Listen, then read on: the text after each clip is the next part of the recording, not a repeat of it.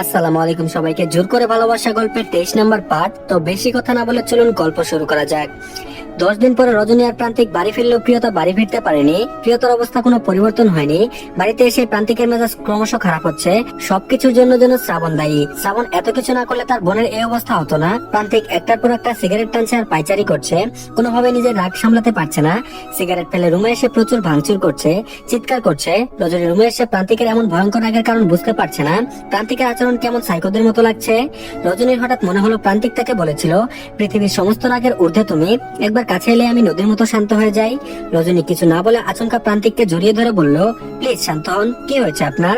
প্রান্তিক রাগে ফুসতে ফুসতে বলল, ওকে বাঁচিয়ে রাখবো ভেবেছিলাম, কিন্তু না, ওর জন্য আমার বোনের এই অবস্থা, আমি ওকে বাঁচাবো না। রজনী বলল, কাকে? প্রান্তিক বলল, শ্রাবণ। রজনী তখন ভীষণ অবাক হলো, তাহলে কি প্রান্তিক জানে শ্রাবণ কোথায় আছে? রজনী এই বিষয়ে কোনো কথা বাড়ালো না। সে প্রান্তিককে শক্তভাবে জড়িয়ে ধরে বলল, আই লাভ ইউ।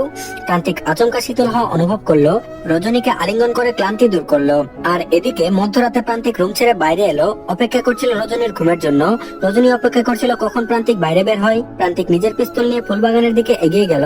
বাগানের শেষের দিকে ওদের ব্যবসার জন্য গুদামঘর করা, সেই গুদামঘরে প্রবেশ করলো প্রান্তিক। চারিদিকে নিকশ কালো অন্ধকার, কিছুই দেখা যাচ্ছে না। প্রান্তিক গুদামঘরের সামনে এগিয়ে গেল। দরজায় দাঁড়িয়ে আছে চারজন, তাদের হাতে লাঠি। প্রান্তিক চোখ দুটো লাল টকটকে হয়ে আছে। মানুষের মাথায় খুন চলে নাকি হুঁশ থাকে না। প্রান্তিকের চোখের দিকে তাকালে মনে হচ্ছে নেশায় আসক্ত, কিন্তু এই নেশা খুনের নেশা।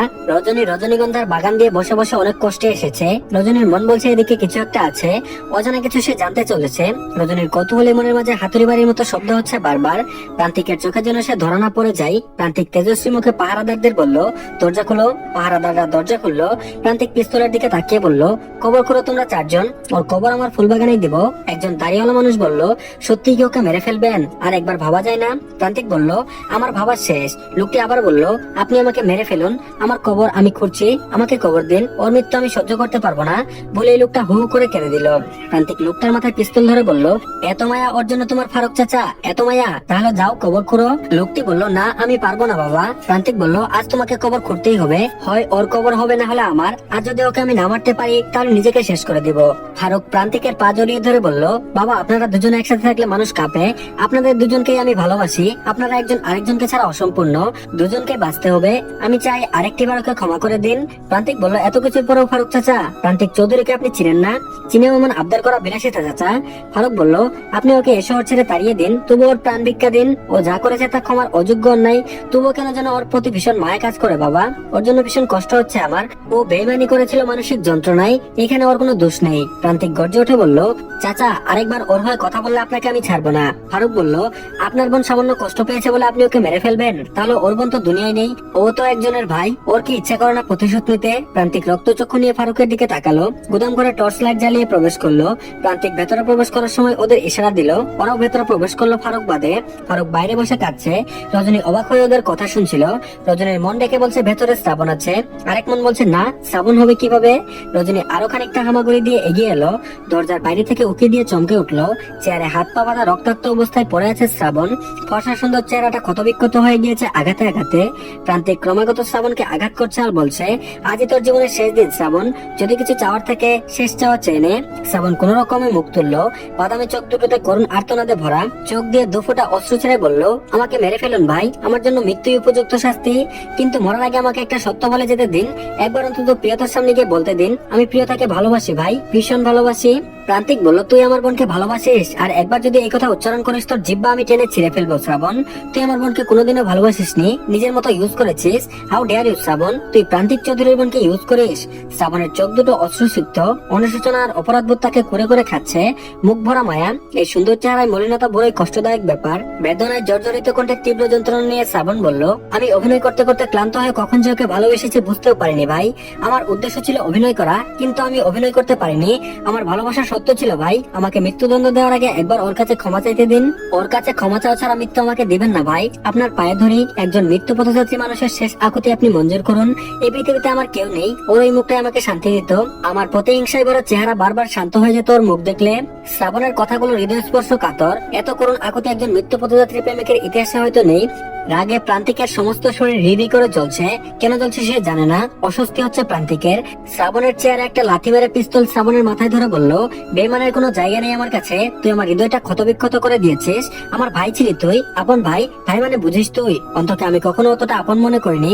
আমার ভেতর বাইরে সব তুই জানতি। সব জেনে বুঝে কিভাবে পারলি আমার এত বড় ক্ষতি করতে?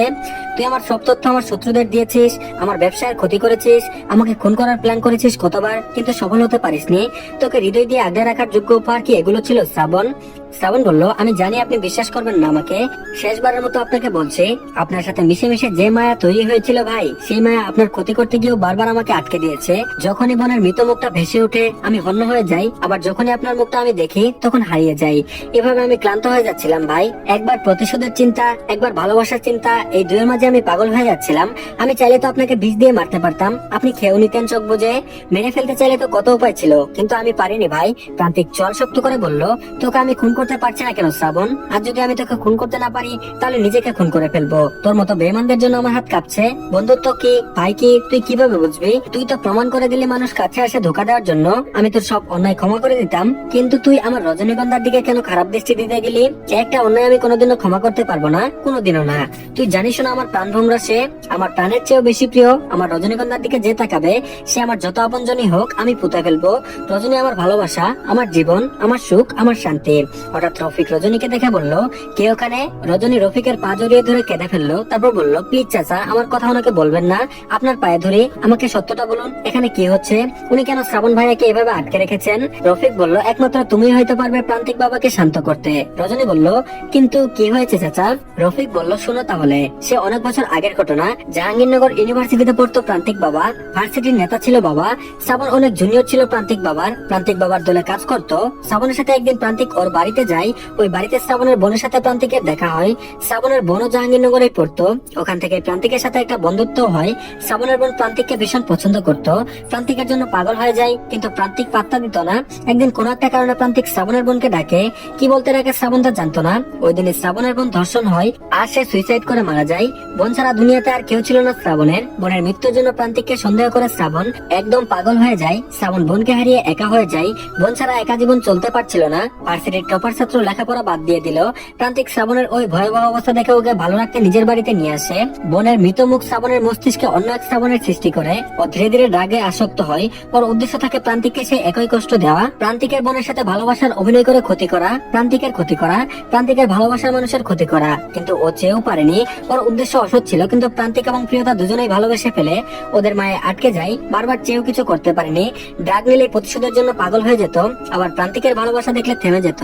আফসোসের বিষয়, প্রান্তিক যখন শ্রাবণের সব ধরে ফেললো তখন শ্রাবণ জানালো প্রান্তিক ওর বোনের মৃত্যুর জন্য দায়ী ছিল না। এখন ওরা দুজনের স্রোতের বিপরীতে চলে গিয়েছে। প্রান্তিক কোনোদিনও ক্ষমা করবে না শ্রাবণকে। রজনী রফিকের কথা শুনে কাঁদছে। উকি মেরে দেখলো প্রান্তিক রাগে কাঁপছে, নিজের মাঝে নেই। এই মুহূর্তে একটা অঘটন ঘটবে। রজনীর চোখ দিয়ে ক্রমাগত পানি পড়ছে। প্রান্তিক এত রাগী জেদি হয়ে শ্রাবণের এত বেমানি জানার পরেও শ্রাবণের প্রতি ভালোবাসার কমতি নেই। শ্রাবণ আর প্রান্তিকের ভালোবাসা আসলেই খাঁটি ছিল। শ্রাবণ প্রান্তিকের ক্ষতি চেয়েও ভালোবাসার কাছে হেরে গিয়ে কিছু করতে পারেনি। এই পৃথিবীতে সবচেয়ে বেশি অসহায় মানুষটা শ্রাবণ, যে ঘৃণা আর ভালোবাসার মাঝখানে অবস্থান করছে। শ্রাবণ বলল, মৃত্যুই কি পৃথিবীর সবচেয়ে বড় শাস্তি ভাই? এই মুহূর্তে যে ভয়ঙ্কর যন্ত্রণায় আমি পড়ছি, এই যন্ত্রণা থেকে মুক্তির একমাত্র পথই মৃত্যু। আপনি আমাকে মৃত্যু দিন ভাই, কিন্তু তার আগে একবার আমাকে প্রিয়তাকে দেখতে দেন। শ্রাবণের চোখ দিয়ে নোনা জল ক্রমাগত স্রোতের মতো বইছে। চোখের দিকে তাকালে বোঝা যাচ্ছে যন্ত্রণায় কাতর ছেলেটা।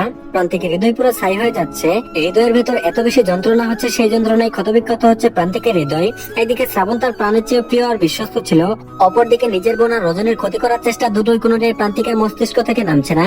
একবার শ্রাবণের সাথে কাটানো ভালো মুহূর্তগুলো মনে পড়ছে, আর একবার শ্রাবণের করা বেইমানিগুলো মনে পড়ছে। বুকের ব্যথা ক্রমশ বাড়ছে প্রান্তিকের। এই ব্যথা দীর্ঘদিন ধরে বয়ে নিয়ে বেড়াচ্ছে প্রান্তিক। প্রান্তিকের রাগী তেজস্বী মুখটা মলিন হয়ে গিয়েছে। চোখের পানি আটকানোর চেষ্টা করছে, কিন্তু পারছে না। পিস্তলটা শ্রাবণের মাথায় ধরে খুব নরম কণ্ঠে বলল, তুই মরে যেতে চাস শ্রাবণ? শ্রাবণ বলল, হ্যাঁ ভাই, আমি মরে যেতে চাই। বাহ, সবকিছুতে জিতে যাবি তুই? আমি তোকে জিততে দিব না শ্রাবণ, কোনোদিনও জিততে দিব না। তুই আমাকে আমার বিশ্বাসের কাছে হারিয়ে দিয়েছিস, আমার ভালোবাসার কাছে হারিয়ে দিয়েছিস। এখন আবার তোকে মেরে সারা জীবন অশান্তিতে পুরাতে চাস? তুই তো আমাকে ভালোবাসিস নি, তাই বুঝবি না ভালোবাসার মানুষের ক্ষতি করলে কেমন কষ্ট হয়। কিন্তু আমি তো তোকে ভালোবাসি শ্রাবণ। তোকে মেরে ফেললে এই পৃথিবীতে আমি এক সেকেন্ডও নিঃশ্বাস নিতে পারবো না শান্তিতে।